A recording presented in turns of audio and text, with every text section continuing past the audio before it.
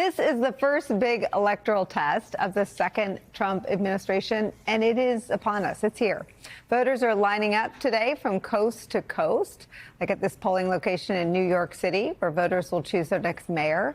The contests are set to serve as a bit of a barometer for the national mood 9 months into an administration like none before it, one that has pursued an agenda that wide swaths of the American people say they did not sign up for, even people who voted for Donald Trump. Things like sweeping tariffs, to massive and brutal deportations, to the political prosecutions of Donald Trump's perceived opponents and critics.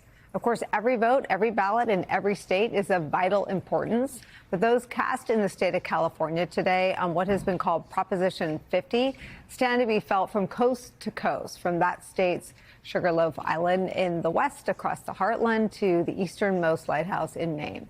It's because that ballot measure, if approved, would initiate a redistricting in California, a redrawing of the maps that would help Democrats make up ground that Republicans have seized. It could help Democrats flip as many as 5 U.S. House seats ahead of next year's midterm elections.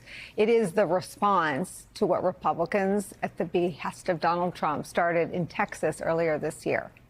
But evidently, our MSNBC colleagues there on the ground in California today aren't the only ones with an eye on the polling locations. Because of the 6 counties nationwide to which Donald Trump's Department of Justice sent so-called election monitors, 5 of them are in the state of California. Go figure. Donald Trump today on social media cast doubt on the legitimacy of voting in California today, suggesting without a scrap of evidence or explanation that it's all a, quote, giant scam, that voting there is, quote, rigged. We've heard that before. He suggested that the situation was, quote, under very serious legal and criminal review. It has been and will continue to be a national story. A story about democracy, a story about the use of the Department of Justice, a story about a repeat of a lie told rather famously and violently in 2020, when Donald Trump lost. It's also something that California's Governor Gavin Newsom talked about. He socialized to citizens of the country and his state ahead of Election Day. But let's be honest, why are we all here? We're here because Donald Trump is an historic president. He's an historically unpopular president. We're here because even Trump understands that. He didn't expect you to show up. He didn't expect any of this to happen. He thought maybe we'd have a candlelight vigil. Maybe we would hold hands. Maybe we could all come together and, like, do an op-ed in the LA Times and, just say what it could have, should have done something. They never expected this. They never expected all of you. They never expected this show of unity and support and recognition. And look, it's not about Trump, this election. At the end of the day, it's about the future of our country. Democracy on the ballot, the future of our country on the ballot. This Election Day is where we start the hour with some of our favorite reporters and friends. With me at the desk, MSNBC senior contributing editor Michelle Norris is here, and Democratic strategist and professor at Columbia University, MSNBC political analyst Basil Smikle is here. Also joining us, host of the Bulwark podcast, MSNBC political analyst Tim Miller is here. But I want to start with our colleagues out in the field for us today. MSNBC's Alicia Menendez is in Clifton, New Jersey, following that gubernatorial race there. And MSNBC senior national and political correspondent Jacob Soboroff is in Sacramento, California, where the fight for democracy, as we just said, is on the ballot. Jacob, I want to start with you. And just the bookends that I want you to take me through are the announcement, which sort of came in the, I won't even say dust. I think the ICE raids are ongoing, and they were very much ongoing at the time. But the announcement of Prop 50 to the point where Gavin Newsom says, I have enough money, just go out and vote. Take me through this historic campaign.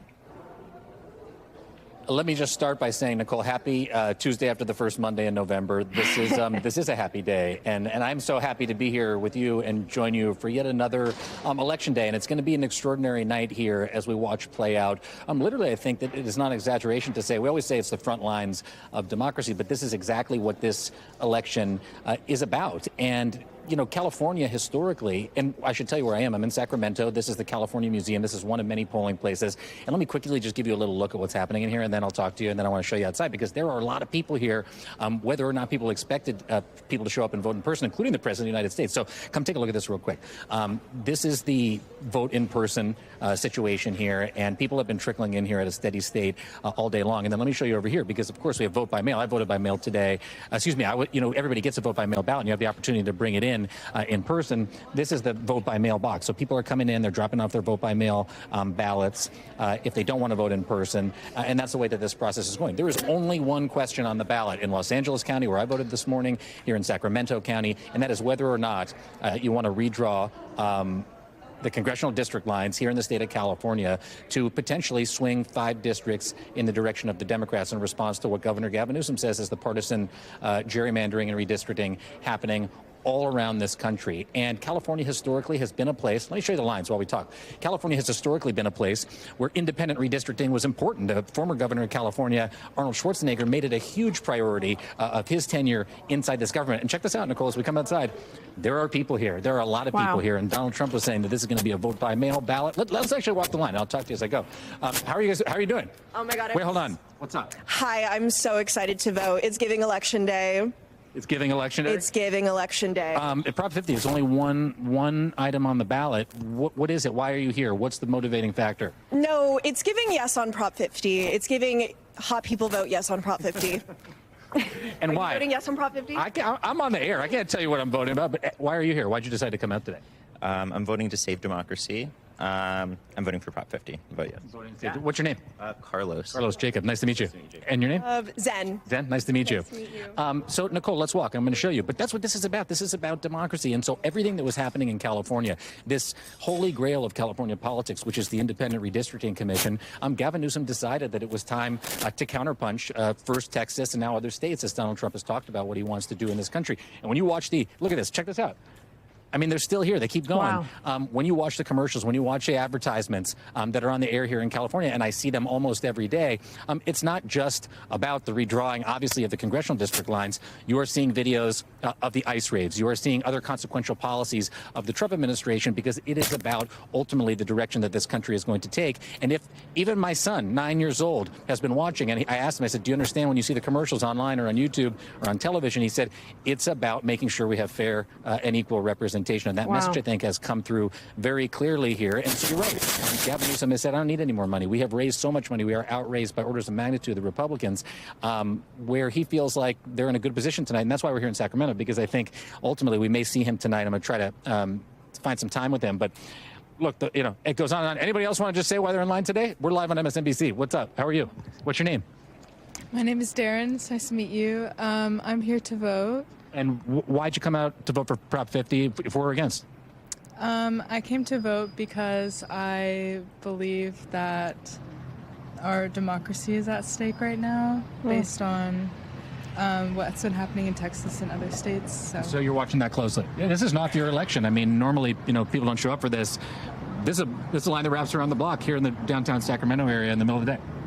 Yeah, I think a lot of us are really scared right now, and I think that's a big motivator for me and the people I know around me. So. I think that's a hard thing to share, especially impromptu on national television, so I appreciate you doing it. Tell me your name again? Darren. Darren, nice to meet you. Nice Thanks. to meet you. So, Nicole, we just met a couple people, and I'm sure we'll be meeting a lot more, but they're out here because they believe, as we said, this is the front line of democracy in the United States of America this evening. I'm such a sap. Like, voters just get to me like a rom-com gets to a normal person my age. Let me ask you this. Trump is posting about the election. He's posting lies about this election being rigged. That is, at this point, to be expected. But his lies have now a pattern of putting a couple things into motion. One, violence, and 2, a lack of faith in the results. He's also dispatched election monitors. Just tell me how the governor is dealing with both. Well, I think that the counterpunch, the counter messages show up. And if the margin is big enough, there is no question. It's the same playbook, different day, different election. By the way, keep going. I don't mean to stand in your way. I remember talking to you and the team at the desk on the night of the election in 2024. I was in Philadelphia at the ballot processing center. And up until the moment it was clear that he won in Pennsylvania, he was challenging the results of the election in Pennsylvania itself and in Philadelphia itself. And so I think that that's sort of the baseline expectation right now. We read the social media messages that he put out. We know that there are folks from the Department of Justice, the Civil Rights Division, ironically, of all divisions, on the ground here, looking into the elections here. But the elections have always been safe, secure, fair, and accurate here. If the biggest criticism in California is that they count the votes slowly and give a long certification process, let me remind everybody, if the results aren't in immediately tonight, that is because they do that to ensure the safety and the fairness and the accuracy of the ballot counting result here. And then the Secretary of State will certify the election. But that's how it's supposed to go. So don't let anybody tell you otherwise.